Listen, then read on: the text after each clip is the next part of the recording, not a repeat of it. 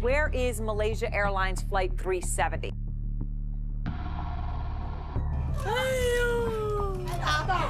They thought the mystery of this plane would remain buried forever, until now. From eerie Barnacle clues to Elon Musk's shocking claims and the grim possibility of a sinister act, new discoveries are unraveling the final hours of Malaysia Airlines Flight 370. What was found beneath the ocean's depths has stunned scientists and raised even more terrifying questions. Was it pilot intent? A catastrophic failure, or something darker? Stay with us as we uncover the chilling secrets that might finally solve one of the greatest mysteries of our time. Join us. The disappearance of Flight 370, timeline of events. On the night of March 8, 2014, Malaysia Airlines Flight 370 departed from Kuala Lumpur International Airport, heading for Beijing Capital International Airport. It was a routine red-eye flight, expected to cover the 3,000-mile distance over a few short hours, carrying over 200 people on board. The flight took off, and for the first 40 minutes, all seemed normal. Flight 370 maintained regular communication with air traffic control as it flew over the South China Sea, steadily climbing to its assigned cruising altitude of 35,000 feet. But then, shortly after 1:19 a.m., something strange happened. The flight's transponder, a device that transmits the plane's location, was turned off, and Flight 370 abruptly vanished from civilian radar screens. This was the last communication the plane had with Malaysian air traffic control. Why did Flight 370 disappear without a trace? And why have some, like Tucker Carlson, hinted at something far more chilling lurking beneath the surface of this disappearance? At 1:21 a.m., just 2 minutes after its last communication, the plane failed to make contact with Vietnamese air traffic controllers as it crossed into their airspace. What followed was a period of immense confusion. Air traffic controllers in Ho Chi Minh City tried reaching the plane several times, without success. The initial assumption was that Flight 370 had simply lost its communication systems, which, while unusual, was not completely unheard of. But as minutes turned to hours, the silence became deafening. No distress signals, no emergency beacons, no signs of mechanical failure. It was as if the plane had simply vanished from the skies. With communication lost, attention turned to radar data. Military radar in Malaysia tracked the plane for some time after it disappeared from civilian radars. What they observed was a series of puzzling moves that have been the subject of countless theories. Flight 370, after vanishing from civilian radar, took a sharp turn to the southwest, diverting from its flight path to Beijing. It crossed back over the Malay Peninsula and flew into the Strait of Malacca. This maneuver, a sharp left turn, wasn't an accident. It was a clear, deliberate rerouting, and experts argue that the turn could only have been made manually, raising unsettling questions about the intentions behind it. By 2:22 a.m., Flight 370 was tracked for the last time by military radar, now flying towards the Andaman Sea. After this, the plane vanished completely from radar, leaving officials in a state of shock and disbelief.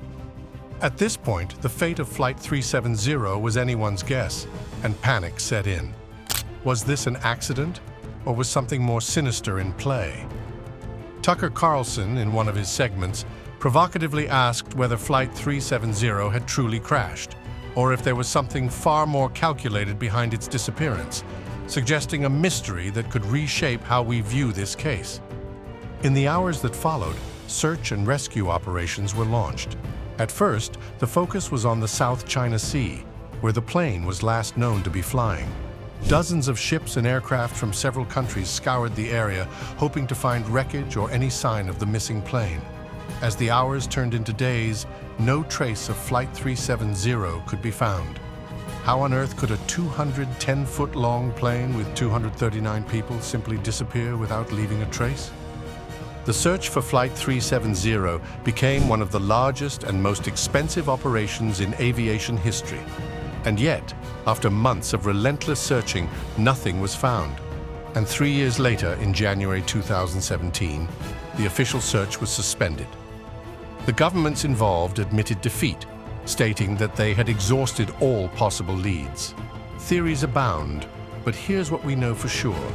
On that fateful night in March 2014, 239 souls boarded a plane, expecting to reach their destination in Beijing. Instead, they disappeared into the night, leaving behind a trail of questions, contradictions, and half-truths. As we delve deeper into the details of this story, we must ask ourselves, what really happened to Flight 370? And are we any closer to uncovering the truth? Elon Musk's claim, groundbreaking or speculative? A stunning revelation has taken the world by storm. Elon Musk claims to know the exact location of Malaysia Airlines Flight 370. The tech billionaire, known for his work in revolutionizing space exploration and electric vehicles, has now turned his attention to one of the most perplexing mysteries of the modern era. Tucker Carlson, on his widely watched show, suggested this could be the breakthrough we've all been waiting for, igniting fresh hope and skepticism. Could Musk really have uncovered the wreckage of Flight 370? Or is this yet another speculative theory in the long list of claims surrounding the missing plane? Elon Musk's interest in aviation technology is not new. From SpaceX's advances in reusable rockets to his ambitions of colonizing Mars, Musk has always been at the forefront of technological innovation. His involvement in this particular mystery, however, comes as a shock to many. Leveraging a technology called Weak Signal Propagation Reporter, or WSPR, Musk believes he has traced the final path of Flight 370, something that eluded the most advanced global search efforts for over a decade. But how exactly does this technology work, and how reliable is it in this context? WSPR technology relies on radio signals that bounce between fixed points around the globe. These signals are constantly being transmitted, and any disruption in their path, such as an airplane flying through, creates a subtle but measurable disturbance. In layman's terms, WSPR acts like an invisible radar net, detecting interruptions in radio signals and storing that data. This technology, originally designed to track long-range communications and signals, was never intended to be used to find missing planes. Yet, according to Musk, the researchers working with him have managed to use it in just that way.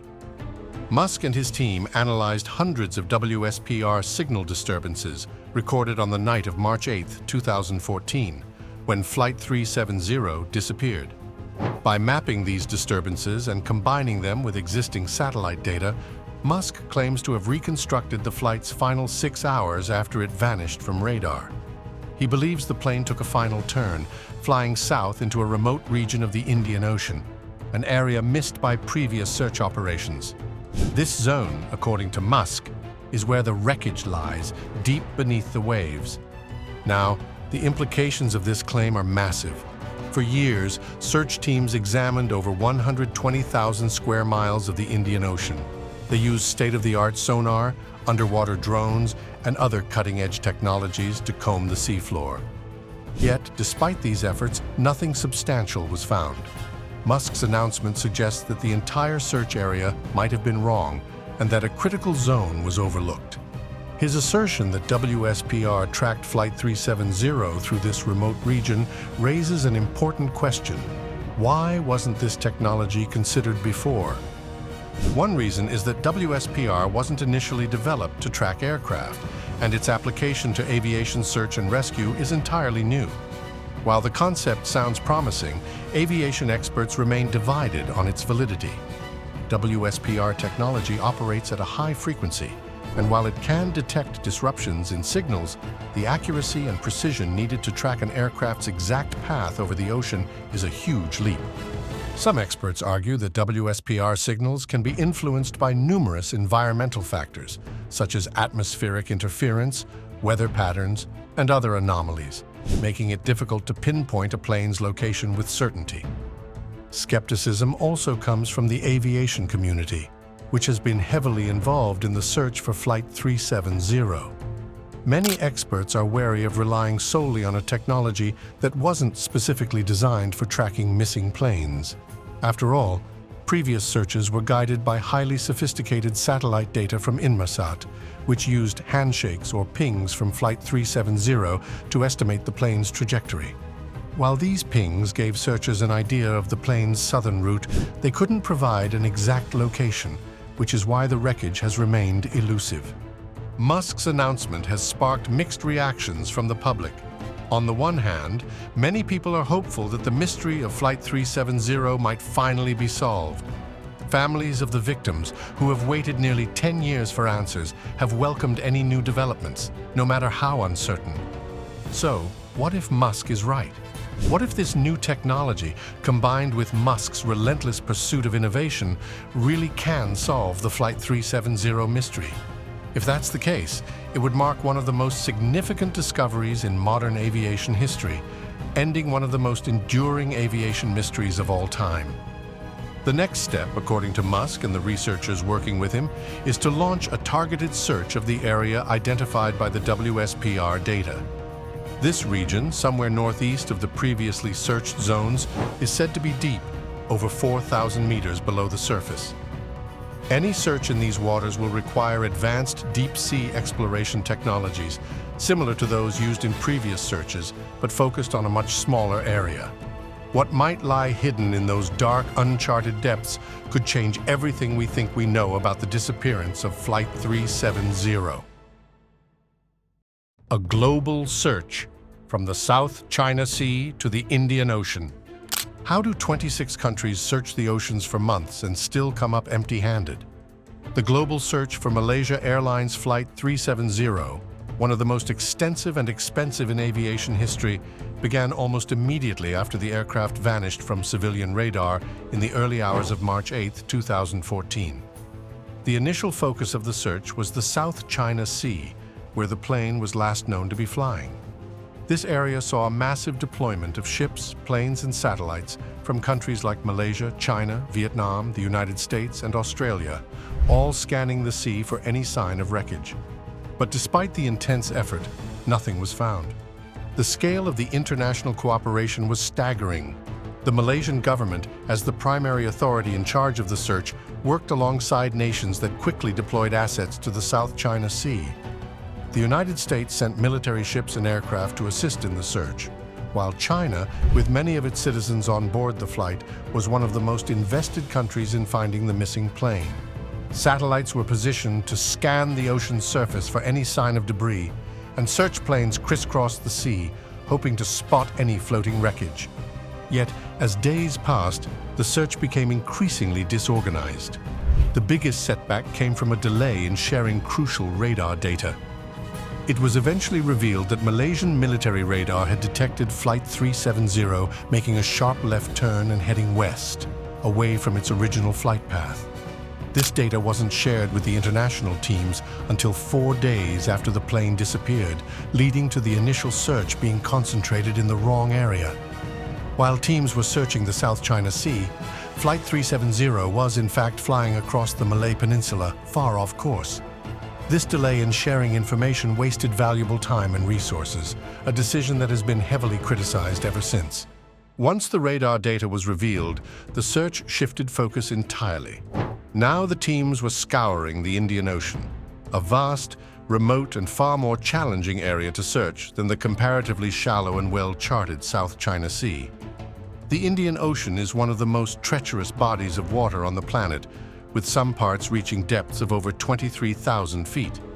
Coordinating this phase of the search required an even greater level of international cooperation, with Australia stepping up to lead the operation in the southern Indian Ocean.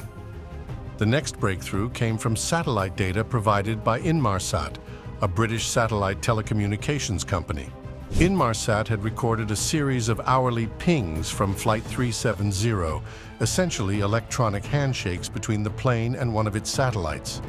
These pings were brief signals that showed the plane was still operational even after it had lost communication with air traffic control.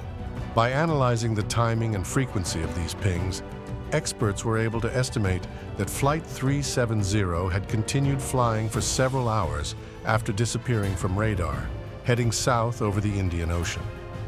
But the data from the pings didn't provide an exact location, only a rough estimate of the plane's trajectory. Investigators used a technique called burst timing offset, or BTO, which calculates the distance between the plane and the satellite based on the time it took for the pings to travel back and forth. This data suggested that the plane had flown southward in a relatively straight line, heading into one of the most remote regions of the planet. This new information shifted the search area again, focusing on a vast expanse of the southern Indian Ocean, thousands of miles from any land. The challenges of searching this region were immense. Experts compared mapping the ocean floor to exploring a foreign planet. In fact, they pointed out that the surface of Mars has been mapped in more detail than the depths of the Indian Ocean. The ocean floor in this part of the world is rugged and uneven, with deep trenches, underwater mountains, and vast plains that had never been fully explored. Traditional radar is ineffective underwater, so search teams had to rely on sonar, a technology that uses sound waves to map the ocean floor. Australia led the effort, deploying advanced sonar systems, underwater drones, and specialized ships to search the seabed for any signs of the wreckage.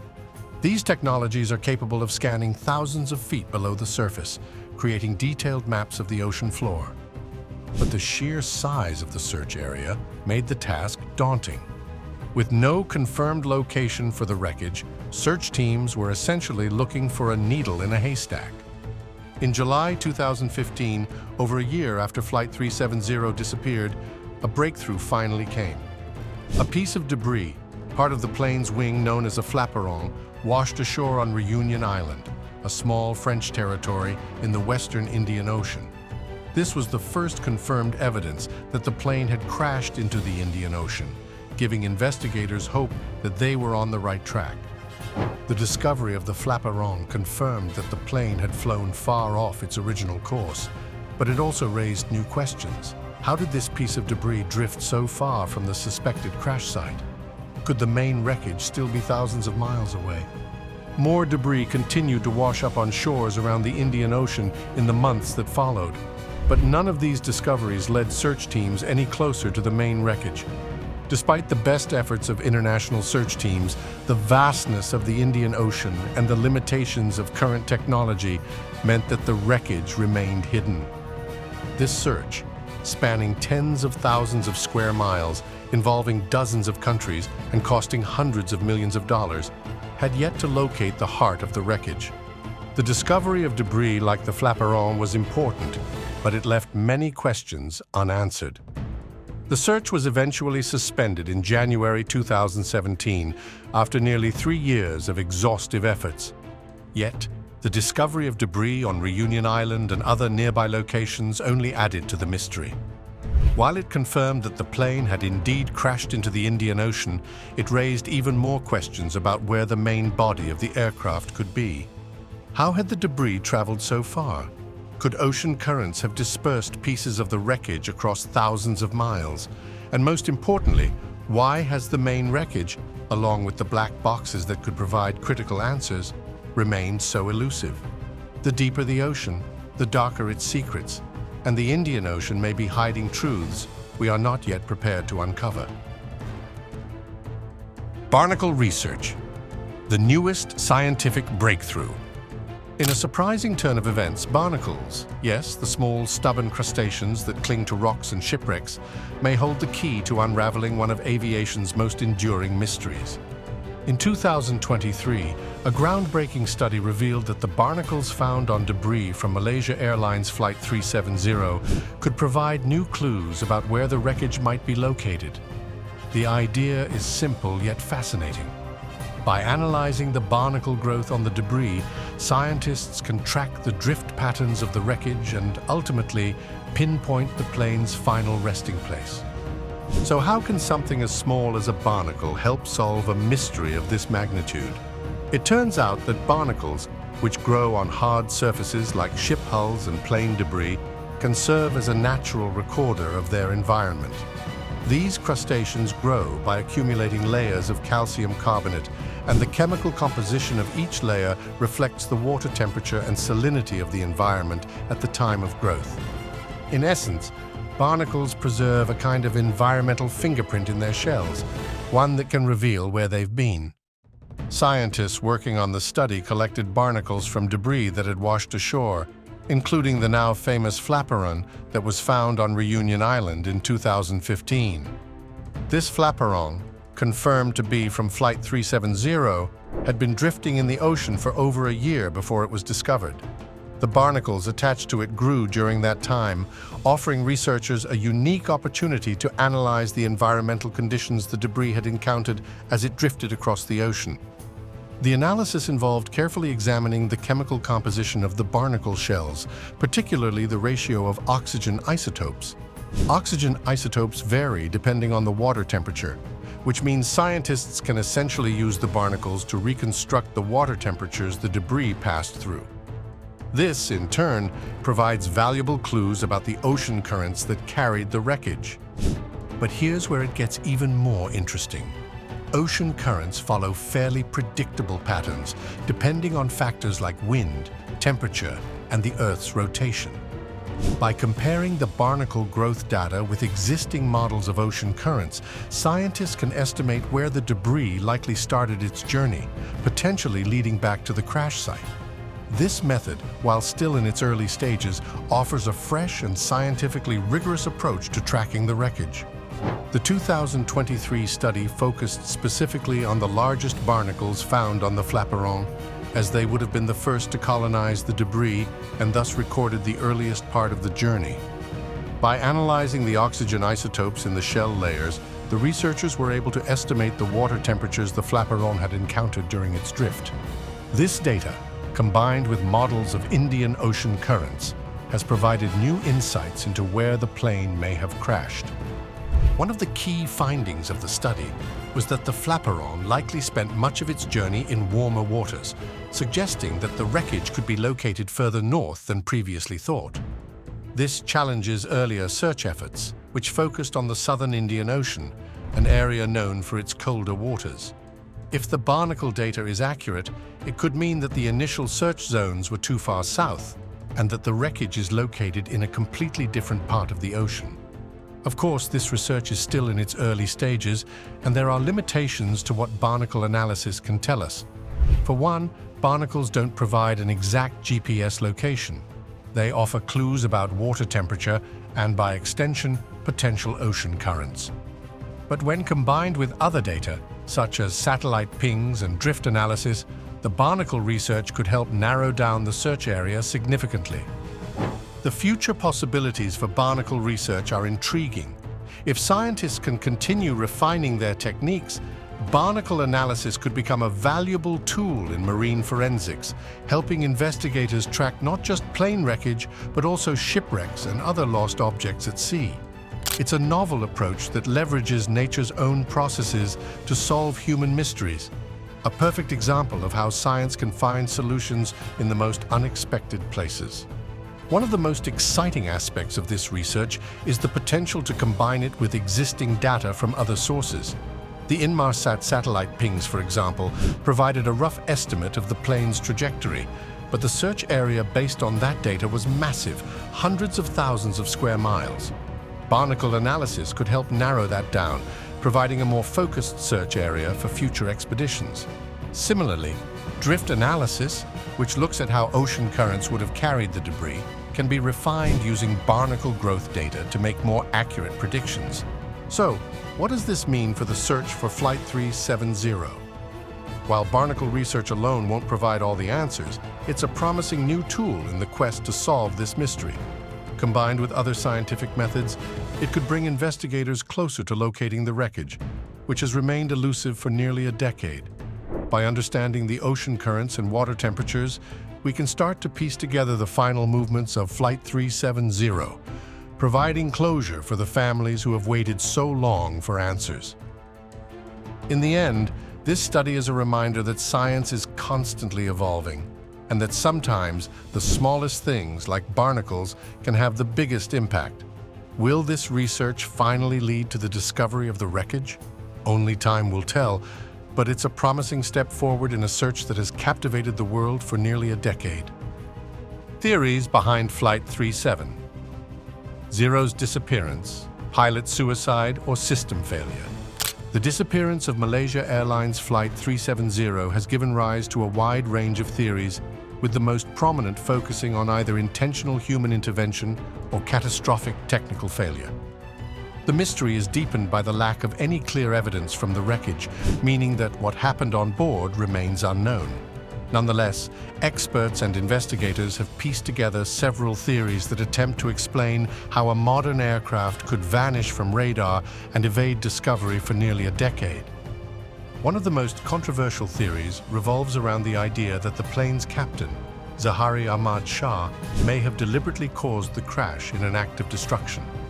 This theory stems from the fact that after Flight 370 veered off its planned course, it made a series of deliberate maneuvers that seemed to evade detection. Radar data shows that the plane turned sharply left, crossed the Malay Peninsula, and flew back into the Strait of Malacca. These moves were so precise that many experts believe they could not have been executed by an autopilot system or by accident. This theory gained further traction when authorities revealed that Zahari had plotted a similar flight path on his home flight simulator just a few weeks before the disappearance, raising suspicions that this rerouting may have been a pre-planned decision, an act of self and mutual destruction. To add to the mystery, friends and colleagues described Zahari as a private man who had become increasingly withdrawn in the months leading up to the flight. His family situation was reportedly strained, and there were rumors that he was struggling with depression. These personal factors, combined with the flight simulator data, led some to conclude that Zahari may have been responsible for deliberately crashing the plane. However, this intentional crash theory is not without its critics. Some argue that there is no conclusive proof that Zahari intended to take his own life or the lives of his passengers. The flight simulator data, for instance, could be interpreted in several ways. Pilots frequently practice unusual flight paths on simulators as part of routine training or to test scenarios. Moreover, no self-harm note or clear statement of intent has ever been found, and the Malaysian government itself has remained cautious about endorsing this theory. In addition to this theory, there are more technical explanations for the plane's disappearance. One possibility is that a catastrophic system failure occurred, such as a fire or electrical malfunction that disabled the plane's communication systems and incapacitated the crew. Proponents of this theory point to past aviation disasters where onboard fires, particularly in the avionics bay or cockpit, caused pilots to lose control. If Flight 370 had suffered such an event, it could explain why communication was lost so suddenly and why no distress signals were sent. A scenario frequently discussed is a fire in the avionics bay located below the cockpit, causing electrical failures and the loss of critical systems, including the transponder. Pilots, in this situation, may have attempted to return the plane to a safe location, but were overcome by smoke or fumes, leaving the plane to fly on autopilot until it ran out of fuel. This would explain the sharp left turn after the last communication and the eventual crash in a remote area of the Indian Ocean. Another popular theory speculates that the plane was hijacked or taken over by someone with malicious intent. In the days following the disappearance, there was intense speculation about the possibility of extremist activity. Initial reports revealed that 2 passengers on the flight were traveling on stolen passports, which immediately raised suspicions of foul play. However, it was later determined that these individuals were asylum seekers with no known ties to militant organizations, and this lead went cold. Still, the possibility of a hijacking lingers. Some believe that the plane may have been taken over by someone with advanced knowledge of aviation systems who deliberately disabled communication systems and took control of the aircraft. The sharp turn back towards Malaysia could indicate that the hijackers intended to land the plane at an undisclosed location or use it for another purpose, such as an act of mass violence. One widely discussed theory even suggests that Flight 370 was headed for a secret airfield, potentially to be repurposed as a weapon. So, what really happened to Flight 370? Each theory has its own set of evidence, and each is riddled with unanswered questions. But the truth, buried somewhere beneath miles of ocean, remains out of reach. And until that truth surfaces, the final fate of those aboard will haunt us all. As speculation and theories continue to multiply, the international community remains alert, watching closely for any new evidence that might emerge, forever hoping that someday, somehow, the enigma of Flight 370 will be unraveled. Thanks for watching. If you enjoyed this, don't forget to like, comment, and subscribe.